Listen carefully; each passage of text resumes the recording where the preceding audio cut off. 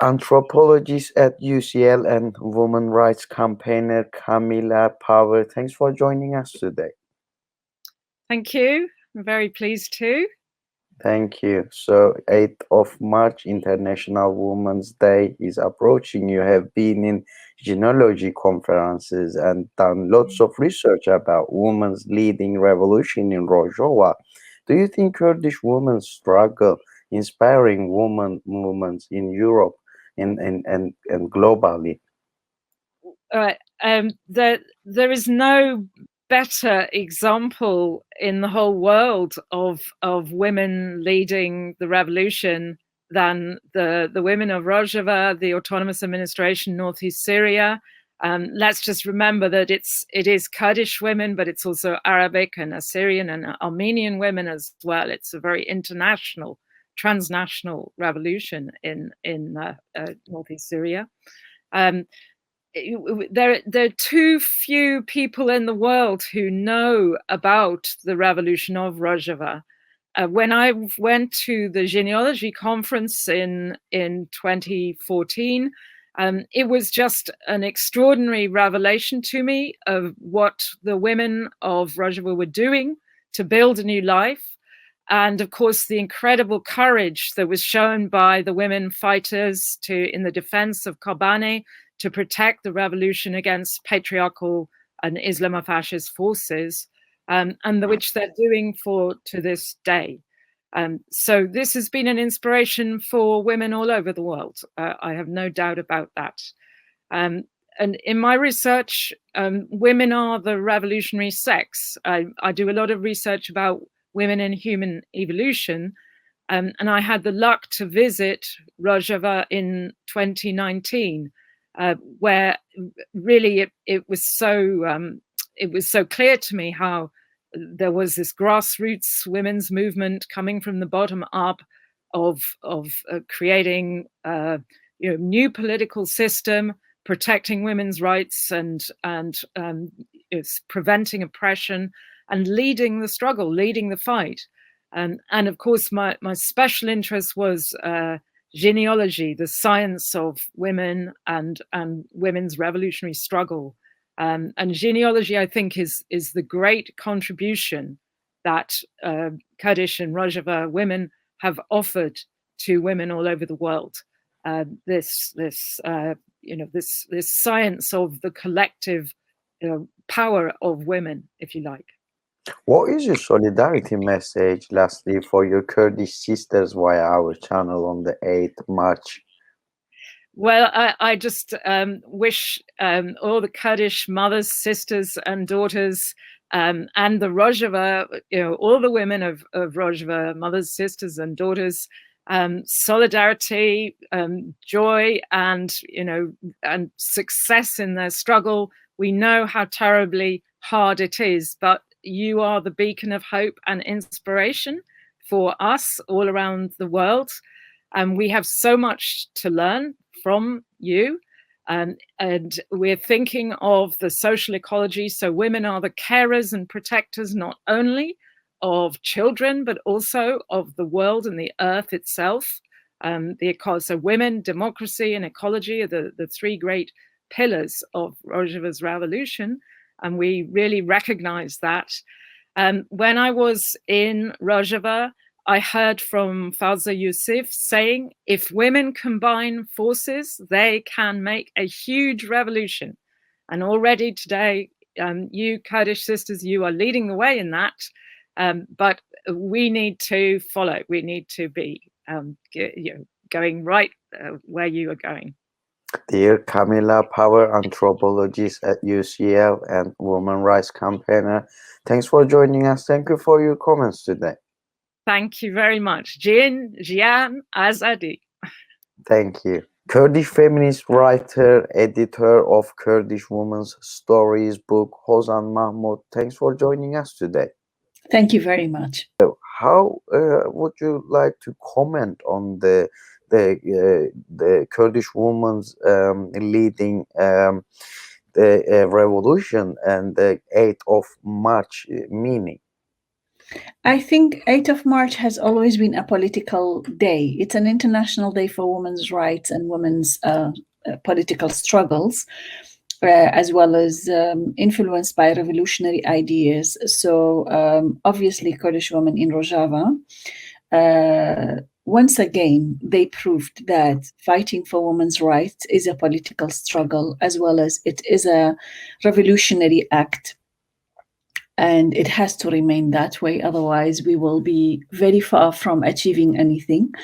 And that in the neoliberal age, whereby everything is individualized and privatized, and that struggles are turned into corporatism and women's organizations are turned into corporates and relying on funding from imperialist states, doing programs here and there without any radical ideas or revolutionary questions on the basis of on the roots of women's oppression and how to fight them. Kurdish women in Rojava once again reiterated the importance of women's political struggle, be it the defense of the country, homeland, as well as defense of their own rights and fighting against Islamist fascists in an armed struggle, basically to protect themselves, to protect their rights, and to also fight patriarchy at the same time, Kurdish patriarchy. There is a book, a Kurdish woman's stories book, which has been gathered together the writings from 20 different writers, and you have edited that book. Can you give us a little information about this book? Yes, well, the book is stories written by 25 Kurdish women from different parts of Kurdistan, and this is their own personal encounters in their own lives and struggles, imprisonment, exile, love, work, daily life in Kurdish society or in exile or in diaspora. So I have provided the platform with our team in Culture Project to collect these stories, to edit them and translate them and turn it into a book and publish it. Give readers worldwide of who Kurdish women are and how diverse their experiences and their lives are.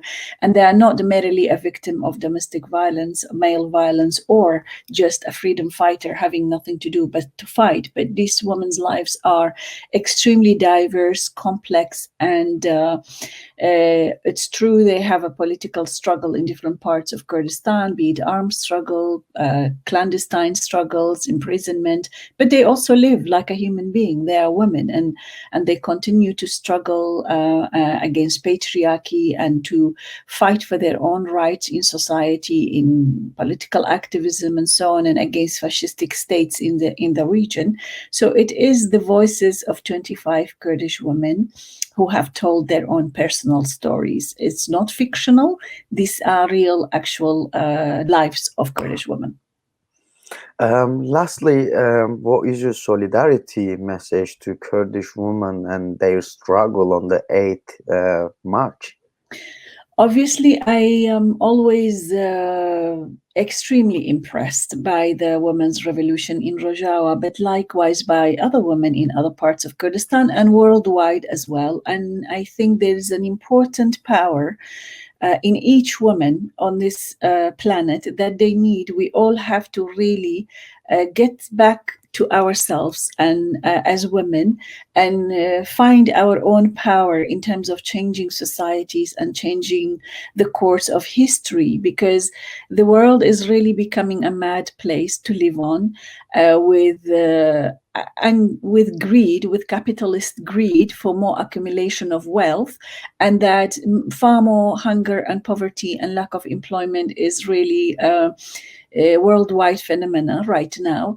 And women can play an important role in terms of getting politically mobilized and becoming far more internationalist and reach out to each other and have solidarity and sisterhood once again, but this time on the basis of equality and a set of political aims to fight against worldwide greedy capitalists who are really turning many corners of this world into into a hell for its living inhabitants. And I think it's about time women step in much more actively and try to lead the way, in my opinion, because I agree with so many feminists that the future is female, and that women have proved again and again that they can lead the way and that they can create a better and more equal and more peaceful planet for everyone to live in.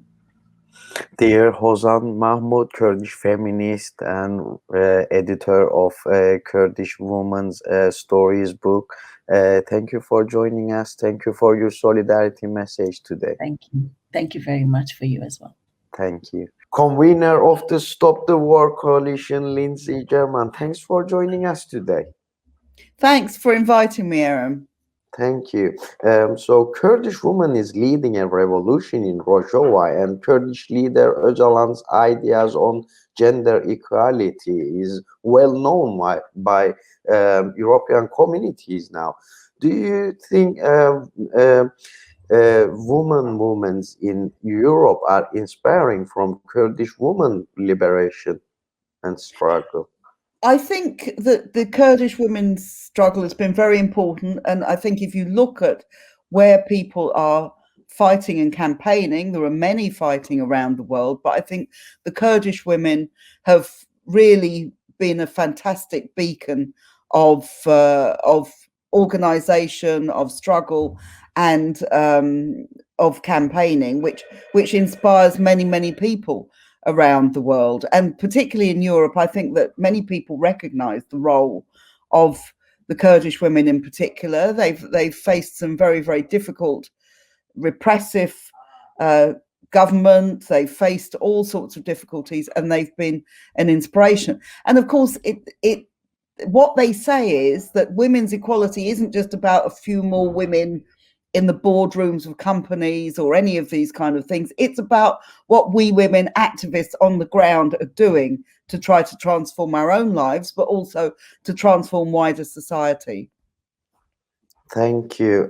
So what is your solidarity message on the 8th of March, International Women's Day, to your Kurdish sisters? The women of Rojava, the Kurdish women generally, have played a very inspirational role in that. So my message to them today is full solidarity with you, sisters and comrades and friends. I wish you every good fortune on this day. I think it's very important we use this day to talk about the way forward politically, the way that we can develop our struggles. And you know that there are many people in Britain and elsewhere who are in support of what you are doing. Dear Lindsey German, convener of Stop the War Coalition, thank you very much. Thank you for your comments today.